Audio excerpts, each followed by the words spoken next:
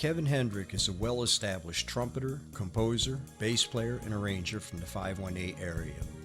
I have had the pleasure over the years of playing in bands that used his horn arranging skills and of course his jazz funk solo abilities as well. Nowadays, Kevin splits his time between a second home in Puerto Rico and in the 518 area as well. Kevin started learning piano in elementary school, then added trumpet in grade 5 and then electric bass in high school. He earned his bachelor in music education from the College of St. Rose. At the same time, he started a professional career in music and was entrenched in transcribing horn charts for many of the local bands that use horn sections, such as the Generic Blues Band, Alex Torres and the Latin Kings, the Joey Thomas Big Band, the New York Players, and the Refrigerators, and many more.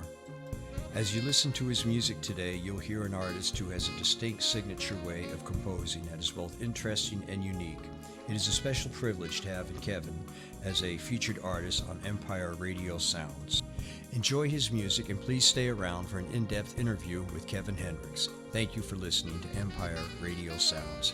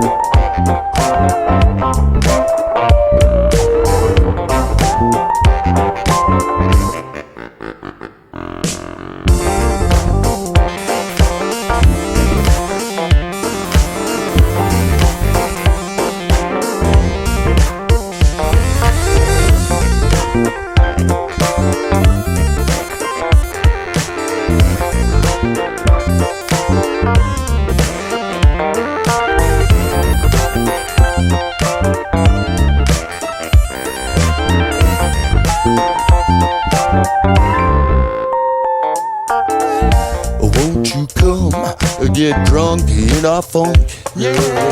Take a load off, take that break today. We want to take you on a holiday. Leave all your troubles far away. So don't get lost in the sauce, no. Come with us, get drunk in our funk.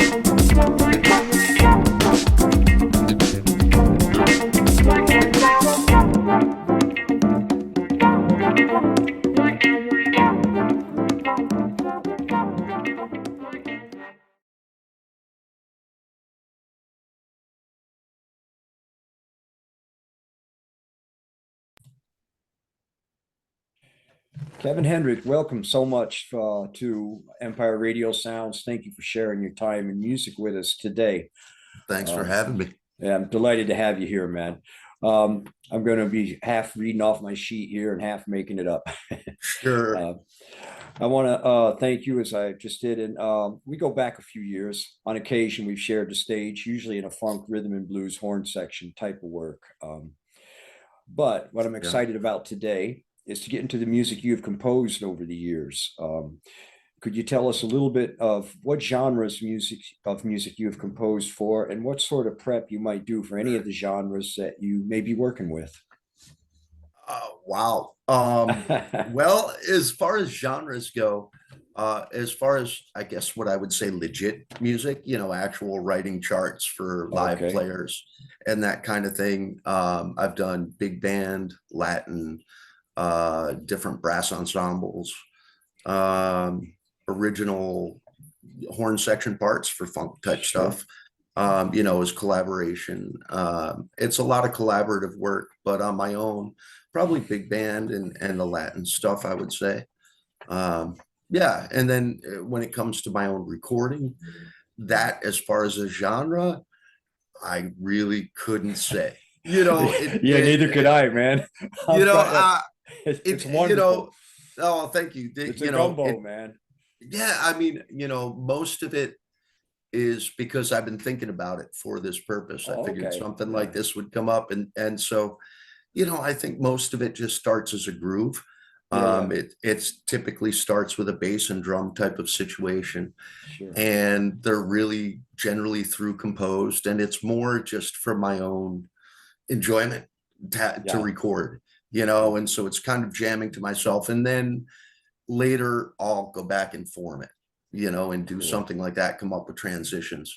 On some of the songs, what I would consider more songs, those actually have started with melody in some way or another. And what I find interesting about that is you start with the melody and the rest of the song kind of writes itself. Yeah. If you've got the top and the bottom, the melody and the bass, the rest will fill in for itself.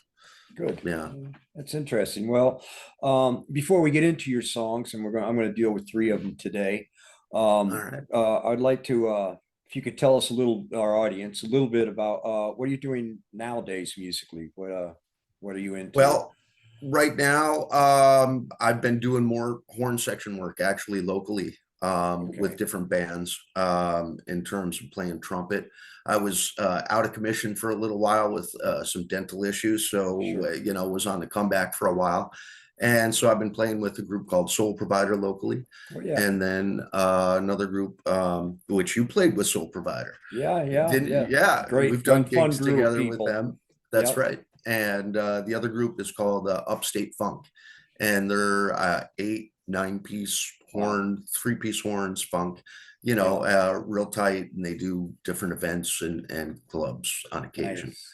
Yeah, Nice. doing that, and then playing bass with a couple other people too, filling in.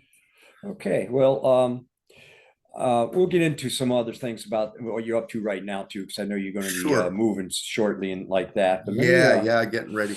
that's a big thing. I'll Yeah, save that for the end, and if I can fine. remember to come back to it. Yeah, sure. The Got an first agenda. song I'd Let's like to go. deal with is you have a song that you had written and sent me called Garrettology, I believe. The first song that Right. we heard today, or we will have Okay. heard today. I hear shades of Miles Davis and Randy Brecker influence, and totally love the groove and the second groove, or the second part of the song.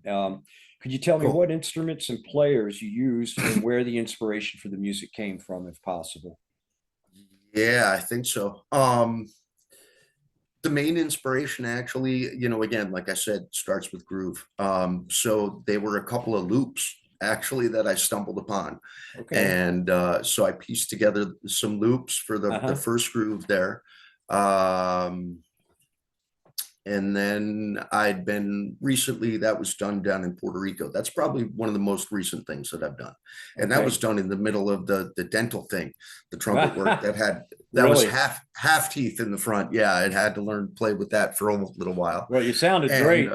oh, thanks. Yeah. But I think, that could be some of the Miles Davis, although he was always a really huge influence on me, and just everybody. and getting older, the economy of playing, I think, Interesting. not needing and feeling the need to put out so much. That's also a big difference I find with the R&B playing.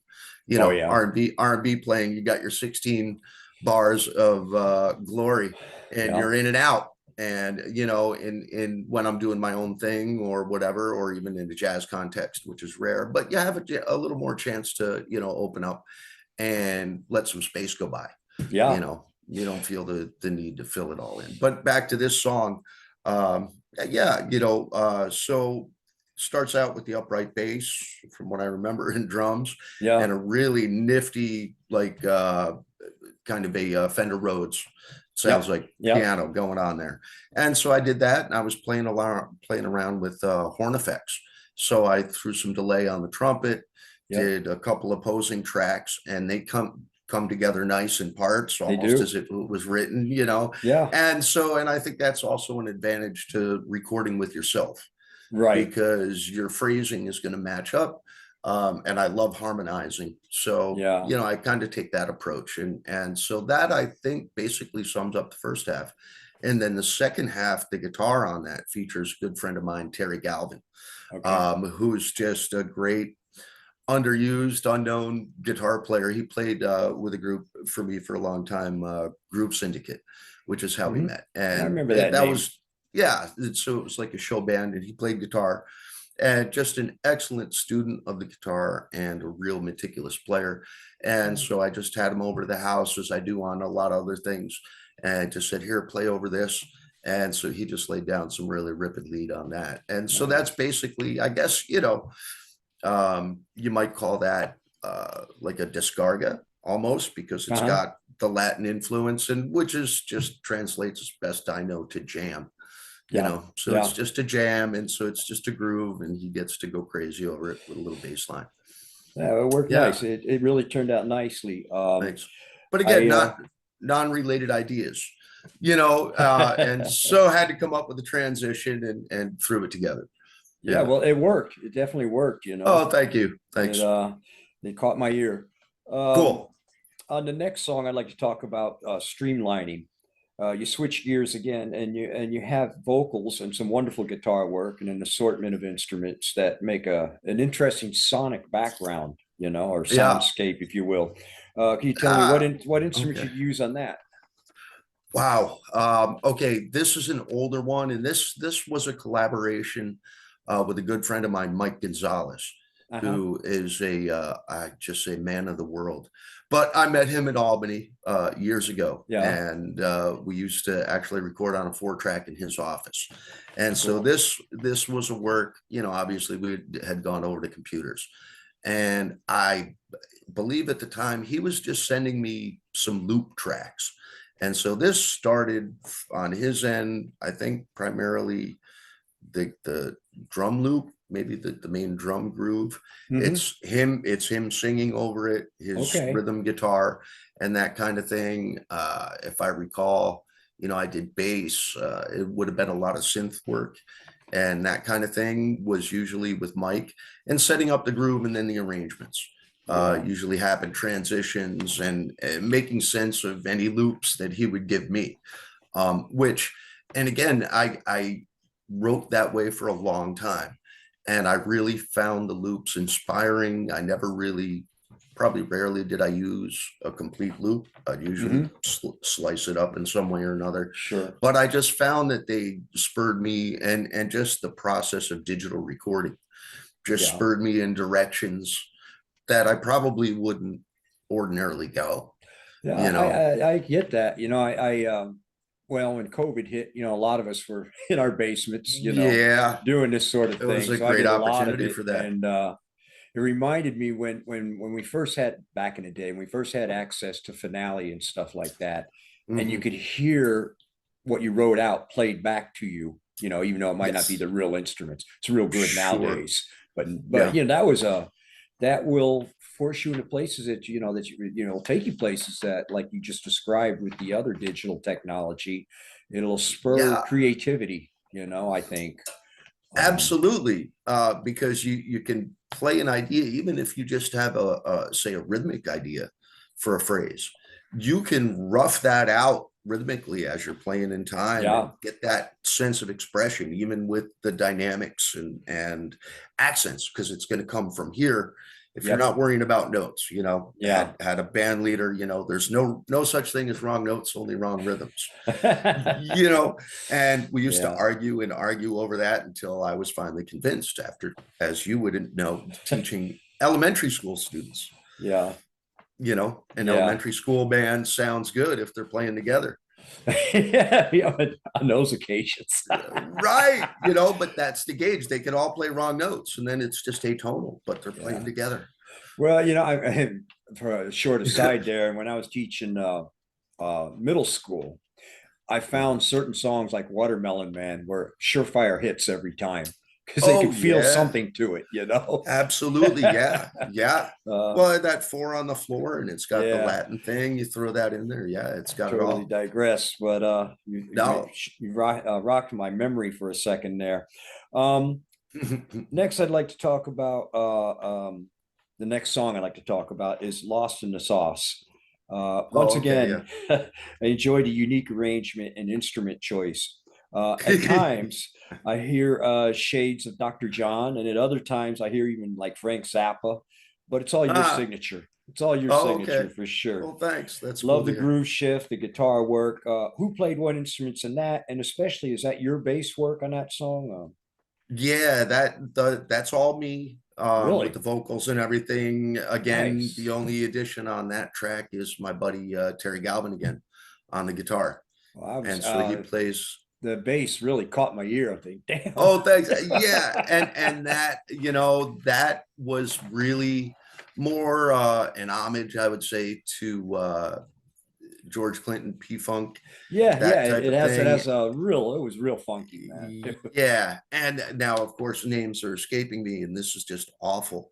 But Bernie Worrell, Yeah. and you know, and his layering of different parts Uh-huh. and all that. And you know, I'll listen to that track now and I'm going, oh yeah, maybe that's a little heavy. You know, at times there's like kind of three different bass things going on, and yeah, and then the instrumentation. Uh, you know, you can start with the bass. There's the electric bass. Yep. There's and it's all MIDI instruments beyond that, other than again the electric guitar. So how did you Um, start that one? With just bass and click track or what? Do you remember?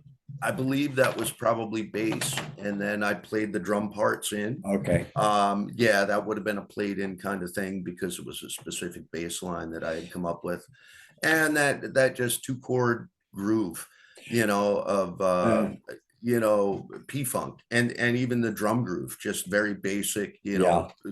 know, just kick snare hat for the most part. Yeah, But and it then really worked. It really oh, worked thank you. nicely, you Yeah. know. Well, Um, you know, on the instruments, a lot of Barry sax on the really. bass, which Okay. that's one of the samples that I use Okay. as a almost like a clav bass Yeah. because it's I'll got have to similar sound there. Yeah. I'll have to revisit that. But I've listened to a couple times and it's all interesting. I'm going to Oh, thank switch you. out of the music for a little bit here and pick your Sure. mind about life Oh boy, because I it's don't know all about part of it. that. Well, all your music has deep roots in the music of my youth. You know, I can hear it. Right. People like Miles and so forth. But Yeah. yet it all sounds contemporary. Any thoughts on how you would promote it in today's very complicated music industry? If you wanted to take this music and maybe you have been promoting it, and I'm not aware. Actually, this is probably the extent of my promotion. I really am Well, just awful, I'm flattered. you Then know. this is a Oh, starting point. absolutely. You know, I appreciate. Yeah, I really appreciate this, and so you know, I'm really at this point still trying to navigate my way through the whole digital Oh yeah, dis- yeah, yeah. distribution and Oh, compensation. it's really it's everybody I've had on, I've kind of posed this question one way or the other to them because it is complicated. But that's part of the reason of me even doing this Empire Radio Sound thing was to get people like you exposed to our in our area who we have so Yeah, many singers, songwriters, composers. We have tons of talent up here, tons that's of what I'm talent, finding after being here a short time. There's a you know. lot that's emerged. But Yeah. how you translate that, and some of the people are doing internet radio, you know. Yep. A lot of us are doing band camp, at least if, you know, Okay. your sister will buy your thing for $10, Yeah. you know. Yeah. I Yeah. mean, It's I don't know. It's I well, you know, I think you stumble on something there because I've got a younger guy. I kind of call him a nephew. In fact, it's my friend Terry Galvin, the guitar player. It's his uh-huh, son. And he did some studio school, but years prior to that, when he was in school coming up, we uh-huh. got him going on Fruity Loops, and he Okay. does production work. He Yeah. teamed up with this guy, and they ended up ultimately, you know, in terms of me, you know, doing big shows, but they were written up last year, I believe it was Rolling Stone magazine, up and coming artist, Oh, nice. top 10, right? And so now one of the songs that blew them up was a TikTok video. And I don't know how staged it was, but the other kid and their father are riding in the car, and you kind of hear the beginning of the track, and the dad says, "Oh, that's kind of a cool track." And that short TikTok video then, I guess, Really? directed people to the cut on Spotify or wherever it was, and then that blew Brilliant. that up. Yeah. And so, you know, it's and they weren't really expecting that kind of blow up. They had a little bit of stuff, Yeah. you know, Good yeah, luck, huh? and right, you know, and so that's, you know, that's I believe the one kid, he's over in Troy, that's Hunter, and his partner I think is in Schenectady, you Nice. know, so there's, you know, there's a lot of stuff going on, and you know what I'm finding recently, because I was away for a while, and so I've been back now for 2 years, so I kind of have a fresh perspective on the scene Sure. and looking out and seeing what's happening. Is it seems like Albany is trying to take more of a national stage instead of being that small mini label that had for a long time in terms of the local scene, you know. And so in that way, like I see a lot of original music, the WAMC Live at the Linda. I think that's a great contribution to the area in terms of promoting live acts and getting it on the air. You know, those kind of things I think are really beneficial and helping to support what seems to be a pretty thriving scene. You know, I'm not sure. It's varied, you know. I mean, I surprising to myself, I find myself at this point involved in a lot of rockabilly stuff. With the Luster Kings, and which led to another whole world for me out of the jazz world, as it were, up in our area. But it's fascinating to me that roots music has. I don't know. It seems to it has a whole world that I didn't even know existed. Really, I think player. That's a big part of that revival. I think that's going on up here. Is a lot of it is roots based, and people are really digging it. And well, I think that's a good thing for acoustic.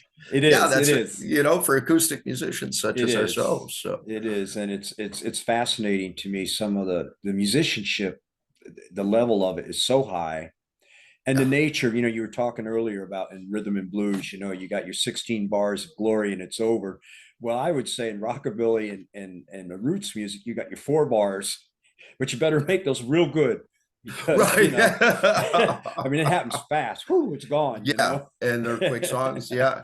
But that's how it all works, you know. And but also you're playing throughout the tune, and you know, you're providing a different function there as well, which is true enough. So you've accomplished some great musical adventures so far. Here we go. What advice would you give to a young kid coming onto the scene who wants to pursue a life of music now that we're older than 20?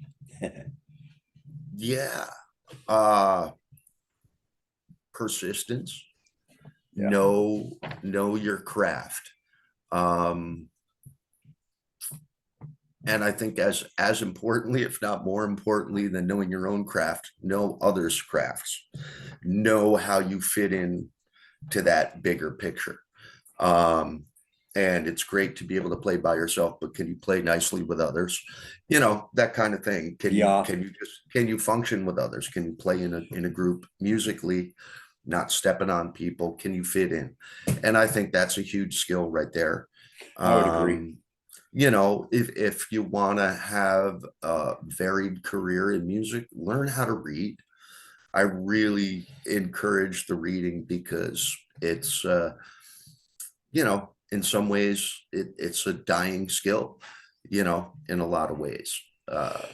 You know, but if you really want to understand the theory behind music, you almost have to read a little bit, you know, to understand harmonic movement and all that. And it makes it easier. I mean, we were just talking about rockabilly gigs. Very often what happens in the course of my life is they're doing a song I don't know at all. So while the singer's singing it, I'm over to the side quietly learning the chord changes real quick. So when that 4-bar comes up, I play the right notes, you know. That's right. But it helped a lot with my jazz background because I understood, okay, a 5-chord, a 4-chord, you know, it makes it a lot easier than to just go by ear your whole life, you know. So I completely concur with what you're saying. And I think, you know, I mean, unless you're one of those rare talents that has such a great ear that you can do that. And, you know, more and more I see of that on YouTube with young players. Because they're just picking up an instrument and they're just playing. And they're doing that, you know, from a very young age. And I think it just becomes more of an expressive type of thing rather than the thought. Now, what education they had behind it. But I always believed that a blending of the two was obviously ideal. You know, and again, and depending on what you want to do, you know, again, it helps. You know, especially as a horn player, you're going into to play in a horn section. You know, if you can read, you just go and play. And there's a fair amount of horn section work, especially in the wedding band area. Yeah, around here. And if you're talking, playing for money, that's going to be your best right. money, That's right. outside of making the Absolutely. big time. But Yeah. so here's a theoretical question. What would you do in music if you had an unlimited budget? Oh, wow. Musically speaking. Yeah. You know, a couple of things. I'd some sort of a nice recording situation, have to set that up with a big space. And then I would put together, I guess, what would probably be one of my dream bands, which would be some sort of a large, obviously ensemble, because I love large ensembles. Uh-huh. But you'd have to have a drum set, full Latin, Latin percussion Yeah. setup, horn section. And so it would be basically a rock Latin fusion in terms of musicians on stage and that kind of thing. And just be able to write and direct that kind of a circus. You Yeah. know, Well, it'd be wonderful. phenomenal, phenomenal, Uh, a big band type situation with all that firepower and modern capabilities as well to shift yeah. gears and That would yeah, be well, now I had a question occurred to me off the cuff here. I know you're getting ready to go back to Puerto Rico. yeah, Um, could you tell me something about like what the music scene's like been for you down there? really interesting. In fact, one of the cool projects that I got to work on down there was something similar to what I just talked about with that dream Uh-huh. band. And it was a rock band actually. This guy, he ended up being my neighbor, group called Los Petardos. And Hmm. he contacted me and he said, "Hey, Kevin, you're playing with this orchestra." It was called the Happy Hills Orchestra. They were down in the South in San German. One of the most historic, I think, the oldest continuous running orchestra in Latin America. I think that's their claim to Nice. fame. And so, they do the tuxes and five saxes, trumpets, no trombones, sorry, but, very ballroom, Yeah. classic Latin orchestra type stuff, lots of boleros. And so he wanted to put his rock group together and they did like even heavy punk, but he was getting into and expanding his band into more of a Latin and traditional way as well, and bringing those Yeah. influences. So he wanted me to arrange one, if not two, one that I particularly remember, a tune for the Latin orchestra to go along with his band that they Uh-huh. wrote. So we did it. We did it in the studio, and then we did a few live shows. So we got to put this full orchestra together with his rock group, which was Uh-huh. pretty big, and that had three horns. It was a tuba, and his horn section was trumpet, tuba, and trombone at the time, which Really? was really cool. Yeah, and he had percussion as well. We had the full percussion, so that was pretty monstrous. So I got to do that, and obviously, like I said, I was working with that orchestra, which Hmm. was pretty excellent to have that opportunity to be able to do playing trumpet. And eventually I did some arranging and transcribing for those guys Nice. and Nice. produced a CD project for them. And Very good. that was a learning project. That was all danson music. Hmm. It was a composer from the area, I guess, from the 1910s, Wow. 1920s.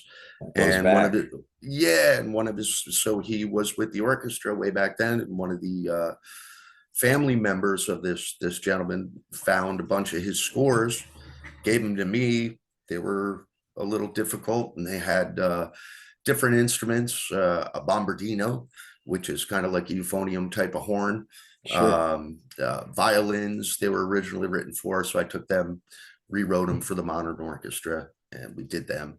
And Cool. yeah, that was interesting. And then I was playing a lot of American rock and roll at the same time, Huh. Well, and that's yeah, a lot of hats to wear, but knowing you over yeah, the years I have, I know you it can was wear them great. all.